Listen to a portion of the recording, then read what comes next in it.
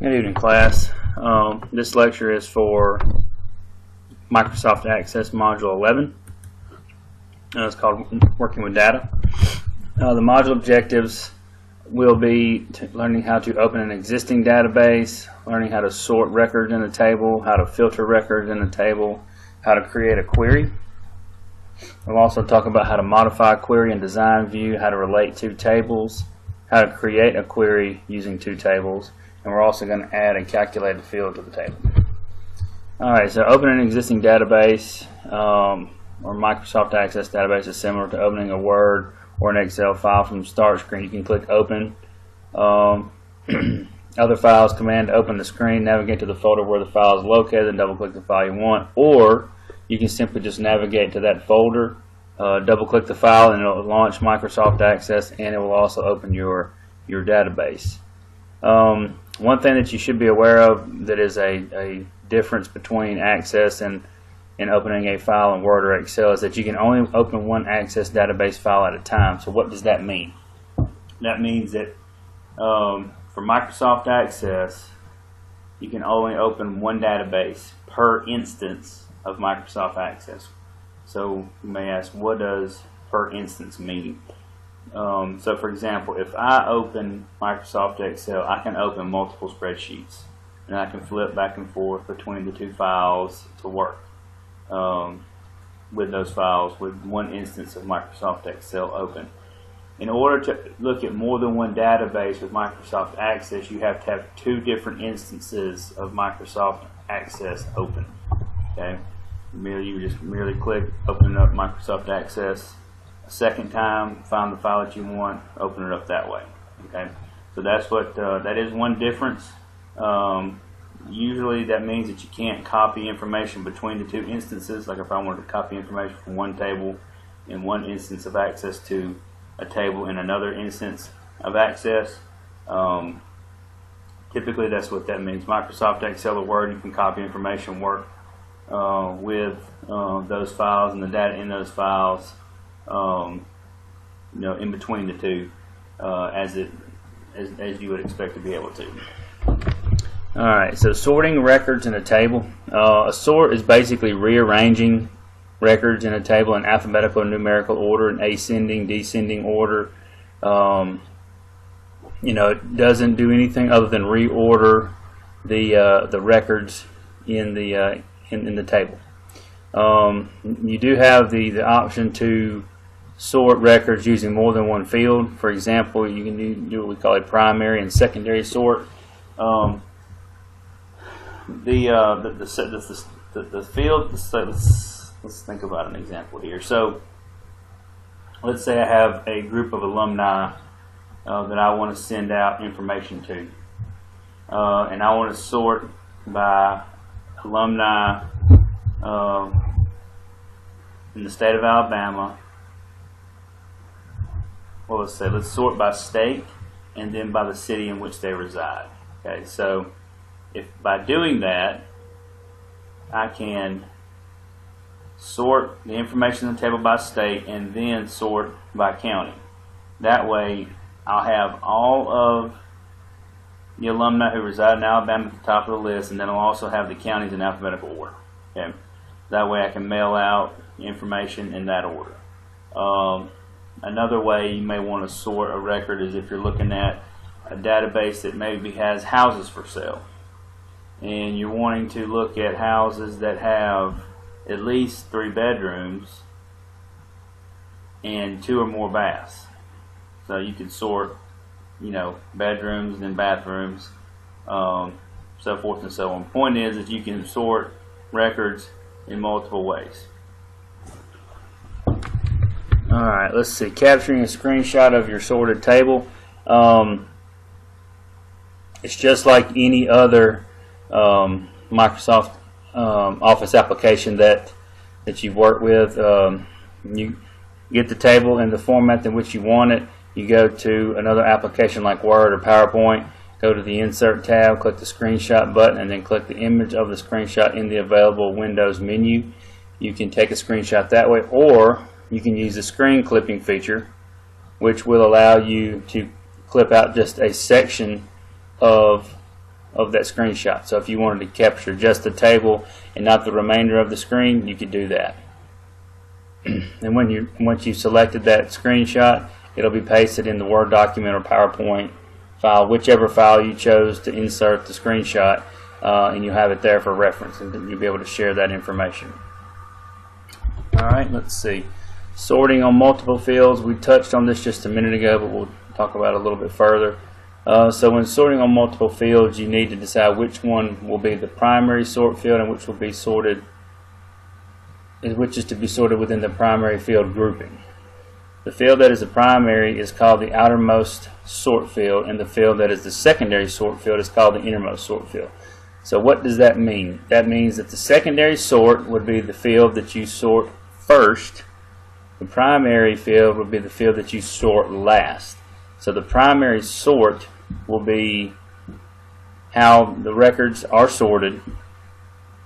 The secondary sort will be sorted in an order, but will how do we want to say this? Give way to the primary sort. So those are called primary and secondary sorts. To get the results you want, you must first sort the records by the innermost field and then sort by the outermost field. The outermost field being the field that will take precedence of the two sorts. Alright, so now we're going to move on to filtering records in a table. And I'll give an example of some sorts and filters in just a second. But a filter is not the same thing as a sort. A sort rearranges the data in the table. A filter actually hides the data that you do not want to view. What does that mean? It means that you select a specific criteria for data that you want to view, and anything that does not meet that criteria, Access will hide from view, so you can look at only the data that you intend to look at. Let's see. Filter. To filter a table, you'll select a field value that matches your criterion, and then use the equals command to display those records that match the selection. One point to note: you cannot save a filter as a database object, but you can save it as part of a table or a form you're working on and reapply the next time that you open that table. And you can also print the results of a filter. So let's take a look at Microsoft Access. I've got a table open that has, or a database open that has several tables. One of those is a houses table. Let's say, for example, that I want to look for houses with the most bedrooms first, so largest to smallest, and then I want to look at prices that are also largest to smallest. So the most expensive house, you can see, is $250,000, but it only has 4 bedrooms.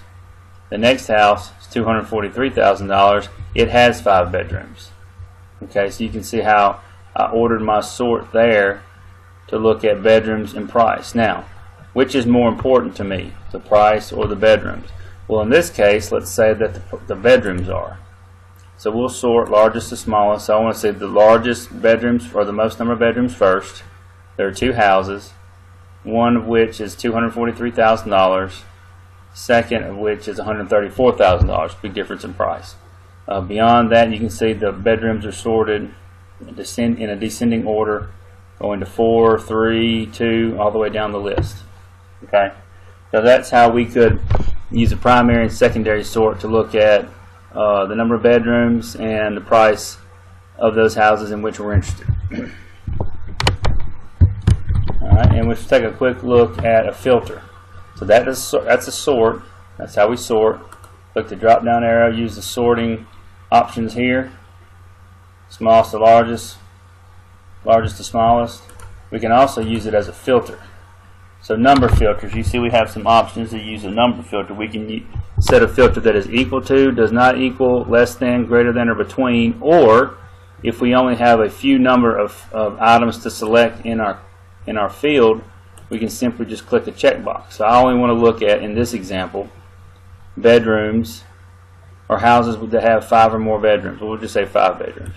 So we click 5 There's 2. There's only 2 in the entire list, and there they are. So now I've filtered down to those records, so I can look at those houses. Now let's say that we want to look at houses that have greater than or equal to 4 bedrooms. Let's try that again. Let's do all number filters greater than or equal to 4 bedrooms. Looks like we're going to have to clear our filter first, so let's do this. Let's go to field,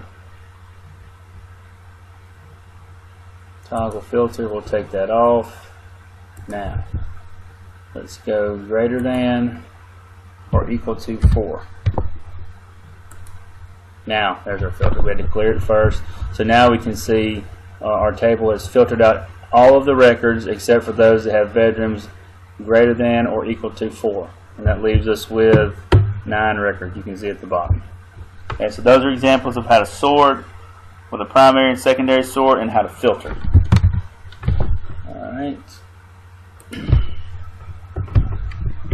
Moving on, creating a query. So filtering data has its limitations. For greater flexibility and control, we will use a query, which is a database object, one of the 4 objects I mentioned in the previous lecture, that extracts data from one or more tables in a database according to set criteria. You can save a query for later use, which is a great feature, and then you can use the query wizard to create a query. So what we're going to do now is we're going to flip back over to our database. We're going to remove our filter, and just like we mentioned in the previous lecture, anytime we create a form, a query, or a report, it has to be based on a table. It has to, or a query, it has to be based on some information. So what we're going to do is build a query based on the houses table to give us some specific results that we're looking for. So in order to do that, the first thing we need to do is have our houses table selected, which it is. We're going to go to the Create tab. We're going to select Query Wizard. We like using the wizards in Microsoft Access. For the purposes of this course, we're going to use Simple Query Wizard. It'll give us some options here in just a minute. Alright, so it asks us which table or query we want to use. We want to use the table, the houses table, and we want to look for houses to give us. We want a query that's going to show us the address, city, state, and zip, the price, the number of baths, the number of bedrooms, and we'll say the realtor ID. But this is what our query is going to show us. Okay. We want a detailed query. That's right. We're going to call it Houses Query 4. I've got a few other queries already created, so we're going to call this Houses Query 4. But lastly, you may recall I mentioned in the previous lecture, sometimes we may want to modify the design. So we're going to click Modify the Design and click Finish. Now what this will do is it'll take our query and it'll open it up in Design View. So in Design View for our query, we can add some additional criteria, which is this row right here. Okay, so this gives us the opportunity to tailor our search, tailor our query more for really to drill down and get exactly the results we're looking for. So in this example, I want my query to show me houses that have, let's see, we'll say 4 bedrooms and at least 3 baths. At least 3 baths. So when I say at least 3 baths, that means 3 or more. If I say 4 bedrooms, that means exactly 4 bedrooms. So in the criteria, we can punch in 4 for the number of bathrooms we want to look at, or that we're looking for. And then at least 3 bathrooms is greater than or equal to, because we want at least 3, but if we have more, it's okay. Alright, so now we've got this additional criteria set in our query. We want to run the query. We click the red exclamation point. Now, you can see that we have four records that came back as a result. All 4 have exactly 4 bedrooms, and coincidentally, all 4 have exactly 3 bathrooms. Okay, so not exactly what I was looking for, so I'm going to go back and modify my query one more time. I'm going to say we want houses that have 4 bedrooms and 2 or more bathrooms. We'll run again and see if we get a few more results. This time I still have all houses with 4 bedrooms, but I've got 1, 2, 3 extra houses. And those houses have 2 bedrooms, 2 bathrooms, and then one's 2.5 baths. Okay? So the point is you can modify a query to give you exactly results that you want. And when you're done with it, you can save it, and you'll notice it's over here in our navigation pane under our list of queries, and we can select it and open it and run it at any time. Alright. So now that we have created a query, jump back over to our PowerPoint presentation. Let's see, modify a query in design view. We actually just did this. Once we created the query with the wizard, we immediately went into design view so we could add some additional criteria, being the 3 or more bathrooms and also the 4 bedrooms in the criteria. And we ran the query. It didn't give us exactly what we were looking for, so we went back into design view. We modified the query further by tweaking the number of bathrooms that we were looking for to 2 or more, which is greater than or equal to 2, the number 2, and we ran the query again. So we did modify the query in design view, but there's a few other things that we can do in design view. We can add fields to our query. We can delete fields from our query. We can specify a sort order for 1 or more fields. We can specify criteria for fields, which is what you saw me do with the number of bedrooms and bathrooms, and then we can also create a query. So let's take a look at that. So let's go back to design view. We can add a sort. Let's say we want to sort by price. We want to sort descending, meaning most expensive first.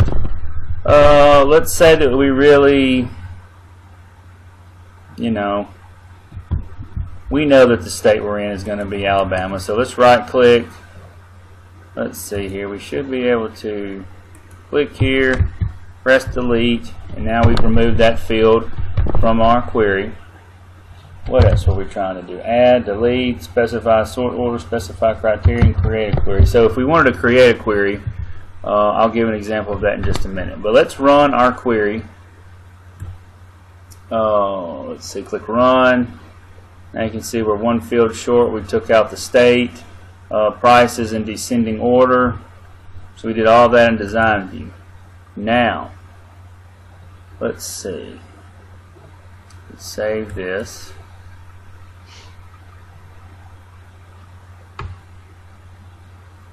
And I believe that's all we were going to do there. So show table. If we wanted to add fields to our query, we could come up here in the table. This box represents all the fields in our table. And let's just say we decided we wanted to add the state back. We could click and drag, put it there, add it back to our query, run it again, and now you'll see states out here to the far right. So design view, you can tweak the structure of your query. That's what it's used primarily for, to change the structure of whatever object that you're working with. Alright, so relating to tables. So to take advantage of the power of access, you may want to create queries that pull fields from more than one table. Okay, so queries can be used to relate to tables or specify a relationship between them. To relate tables, they must share a common field. And then the share field must be a primary key field in one of the tables. Alright, so what does all of that mean? So the power of databases. You see we have all of these tables. All of these tables right here that have information in them. We have houses, we have realtors, we have realty companies. So if I go to database tools, I'm going to look at my relationships. Now, bear with me, this will take a minute to explain. But you see each of these tables, each of these boxes with the data in them are our tables. Realty companies, there's a table named realty companies. Realtors, there's a table named realtors.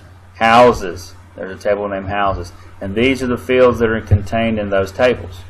So what we're doing here is we're setting up a relationship so we can pull information from more than one table. So Realty Company ID, that field is the primary key in the Realty Companies table.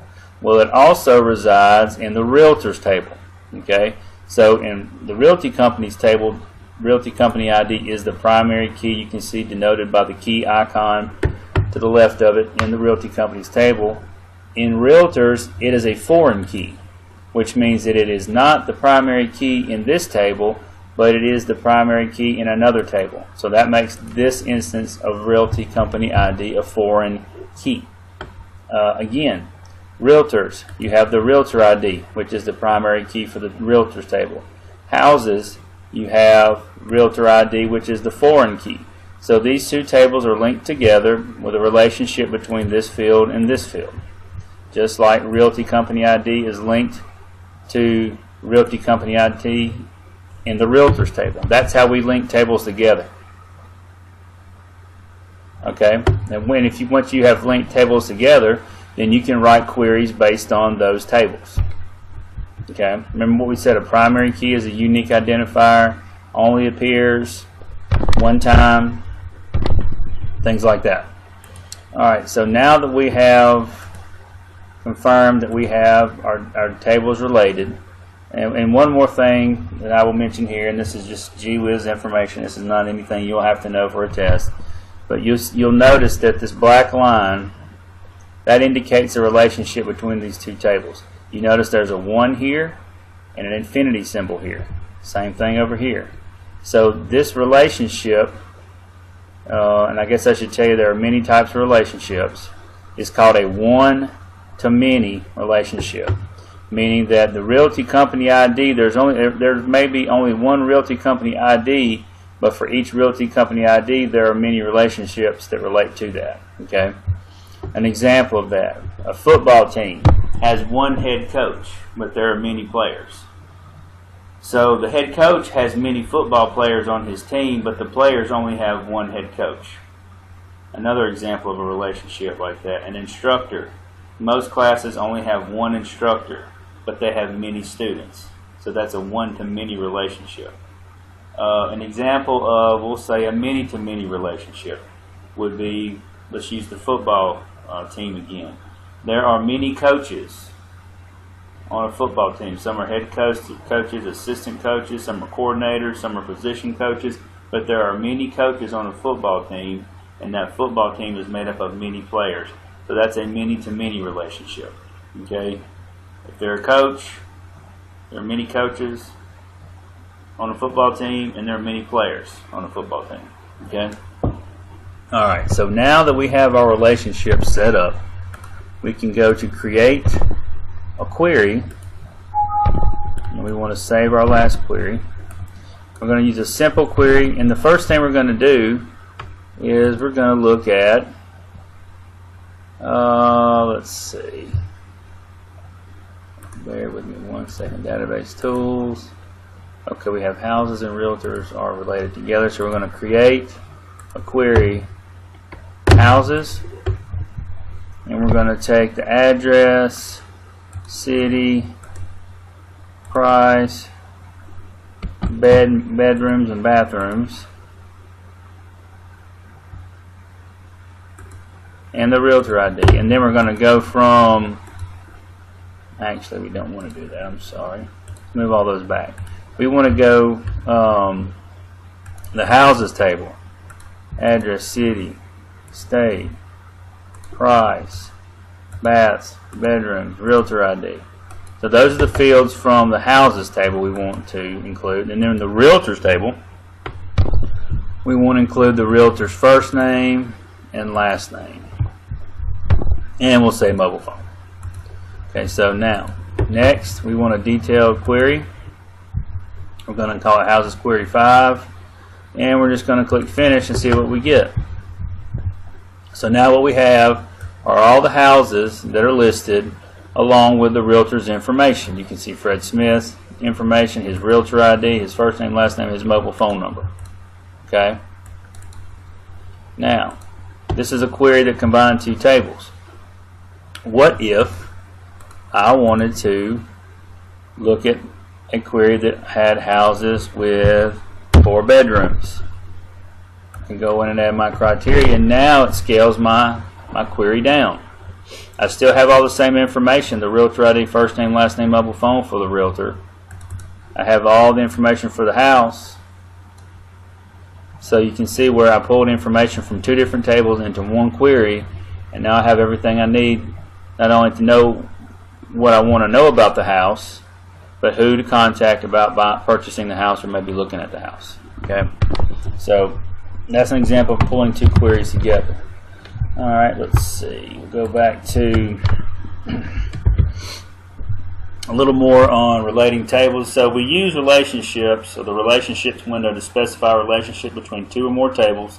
We looked at that.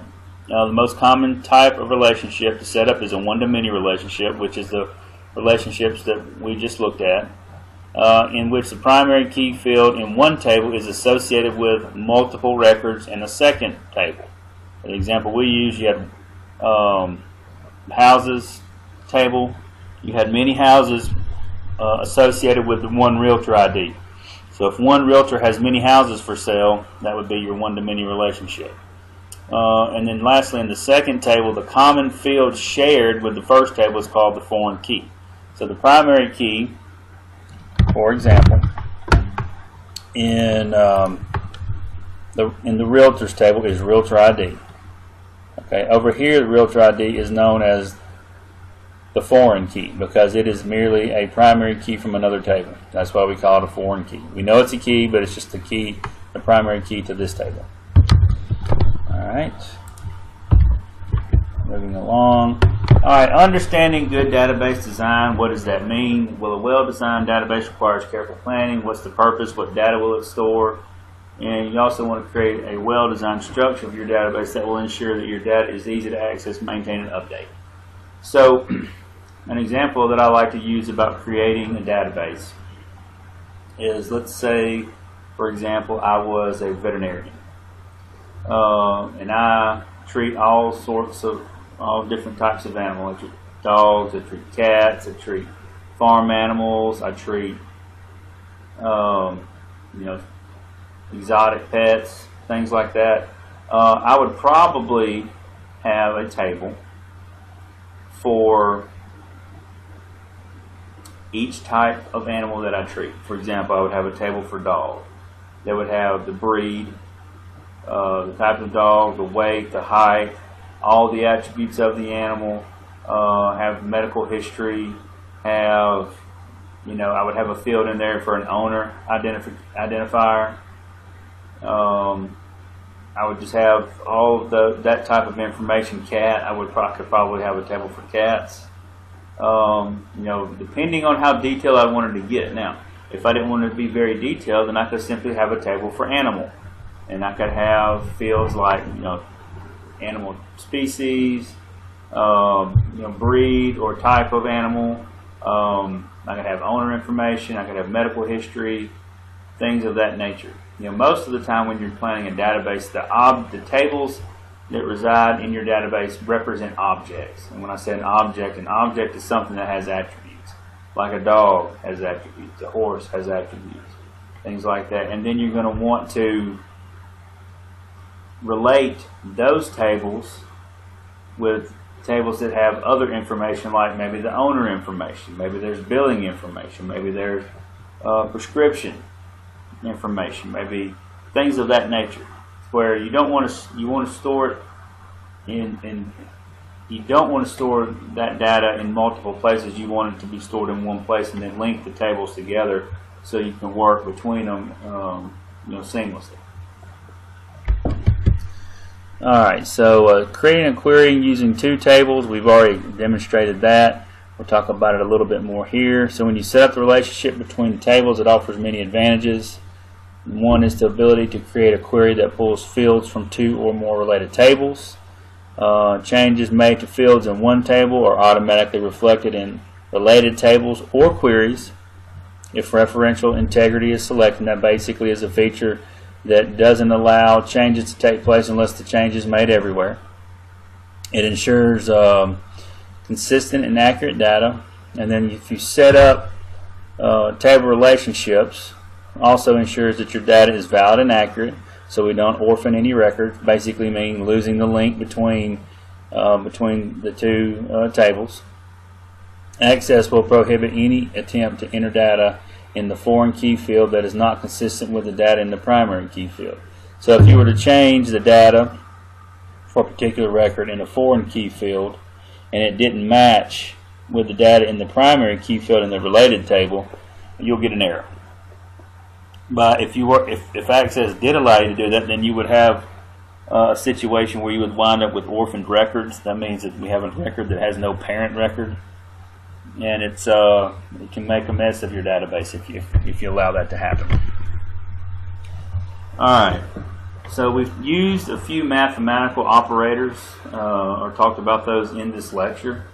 Here are the four most common ones we use in Microsoft Access. The first one is the greater than symbol.